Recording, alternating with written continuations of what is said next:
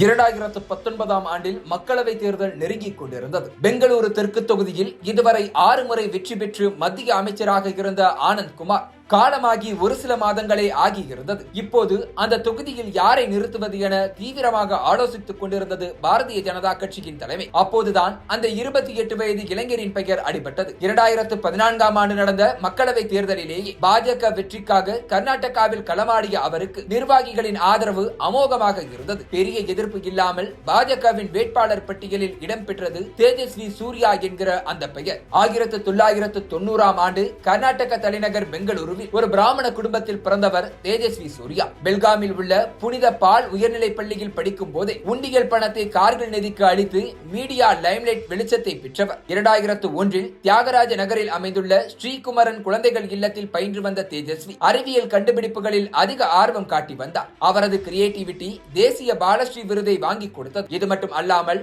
பள்ளி காலத்திலேயே அரசியலில் ஆர்வம் காட்டிய தேஜஸ்வி மாணவர் தலைவர் தேர்தலிலும் போட்டியிட்டு இருக்கிறார். பள்ளி கல்வியை தொடர்ந்து பெங்களூருவில் உள்ள சட்டக்கல்லூரியில் LLB பட்டம் பெற்ற தேஜஸ்வி பாஜகவின் மாணவர் அமைப்பான ABVP மூலம் அரசியலுக்குள் நுழைந்தார். பின்னர் பாரதிய ஜனதா யுவ மோர்ச்சாவின் பொதுச் செயலாளராகவும் பொறுப்பு வகித்தார். தொடர்ந்து வழக்கறிஞராக தன்னுடைய கரியரை தொடர்ந்த தேஜஸ்வி சூர்யா வழக்குகளில் வாதாடும் போது ஆரோபிந்தா கோஷ், சுவாமி விவேகானந்தா, சாவர்கர் உள்ளிட்ட இந்துத்துவ தலைவர்களுக்கு கிரெடிட்ஸ் கொடுப்பதையும் நேருவின் சோசலிச சித்தாந்தங்களை விமர்சிப்பதையும் வழக்கமாக கொண்டிருந்தார். கட்சி அமைப்புக்குள் பலமாக இருந்த தேஜஸ்வி 2014 மக்களவை தேர்தல் பிரச்சார களம் மூலம் மக்கள் மன்றத்தில் நுழைந்தார். பாஜக வேட்பாளர்களுக்காக வாக்கு சேகரித்து அரசியல் கிரவுண்டில் அட்டென்ஷன் பெற்றார். இதனால் 2018 கர்நாடக சட்டமன்ற தேர்தலில் பாஜகவின் டிஜிட்டல் பிரச்சாரத்தை வழிநடத்தும் பொறுப்பு தேஜஸ்விக்கு வழங்கப்பட்டது. தேர்தல் முடிந்த சில மாதங்களில் மத்திய அமைச்சராக இருந்த பெங்களூரு தெற்கு தொகுதி MP ஆனந்த் குமார் காலமானார். மக்களவை தேர்தலுக்கு சில மாதங்களே இருந்த நிலையில் ஆனந்த் குமார் காலமானதால் பெங்களூரு தெற்கு தொகுதிக்கு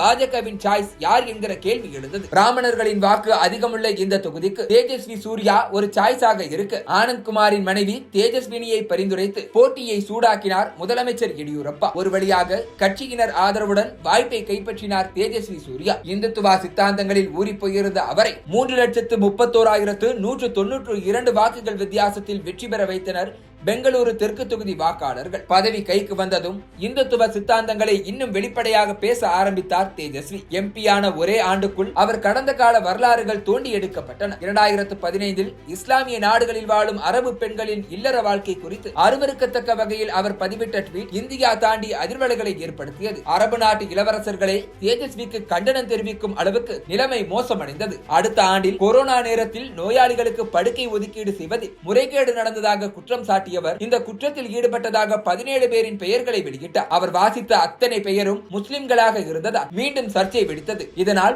புண்பட்ட மனங்களிடம் மன்னிப்பு கேட்டுக் கொள்கிறேன் என அறிக்கை விட்டார் தேஜஸ்வி சூர்யா. ஒரு சில மாதங்களுக்கு பிறகு பிற மதத்தினரை தாய் மதமான இந்து மதத்துக்கு அழைத்து வர டார்கெட் நிர்ணயிக்க வேண்டும் என பேசி மீண்டும் சர்ச்சையில் சிக்கினார். இதனால் எழுந்த எதிர்ப்புகளை சமாளிக்க முடியாமல் கருத்தையே வாபஸ் வாங்கினார். சமீபத்தில் சென்னையில் இருந்து புறப்பட்ட இண்டிகோ விமானத்தில் தமிழ்நாடு பாஜக தலைவரும் தனது நண்பருமான அண்ணாமலையுடன் பயணி தேஜஸ்வி சூர்யா. அப்போது விமானத்தின் அவசர வழியின் அருகில் அமர்ந்திருந்தவர் திடீரென கதவை திறந்து பயணிகளுக்கு அதிர்ச்சி கொடுத்தார். இந்த விஷயம் நாடு முழுக்க வைரலானதா மீண்டும் ஒருமுறை லைம்லைட்டுக்குள் வந்தார் தேஜஸ்வி சூர்யா. இப்படி தொடர்ந்து இந்துத்துவ சித்தாந்தங்களை பேசி சர்ச்சையை கிளப்பும் தேஜஸ்விக்கு இந்த முறையும் பெங்களூரு தெற்கு தொகுதியில் வாய்ப்பு வழங்கி இருக்கிறது பாரதிய ஜனதா கட்சி. அவர் சார்ந்த பிராமண சமூகத்தின் வாக்கு வெற்றிக்கு உதவும் என பாஜக கணக்கு போடுகிறது. ஆனால் கர்நாடக காங்கிரசோ போக்குவரத்து துறை அமைச்சரின் மகள் சௌமியா ரெட்டியை களமிறக்கி தேஜஸ்விக்கு டஃப் கொடுக்கிறது. சௌமியாவின் ஒக்கலிகா சமூக வாக்குகளும் பெங்களூரு தெற்கு தொகுதியில் கணிசமான அளவு இருப்பதால் தேஜஸ்வியின் வெற்றிக்கு சிக்கல் எழுந்துள்ளது. நண்பனின் வெற்றியை எளிதாக்க தமிழர்களின் வாக்குகளை வாங்கி கொடுக்க தமிழ்நாடு பாஜக தலைவர் அண்ணாமலையும் தேஜஸ்விக்காக பிரச்சார களத்தில் குதித்துள்ளார். அண்ணாமலையின் பிரச்சாரமும் பாஜகவின் பிரபலமும் தேஜஸ்வியை மீண்டும் பெங்களூரு தெற்குக்கு MP ஆக்குமா என்பதை பொறுத்திருந்து பார்க்கலாம்.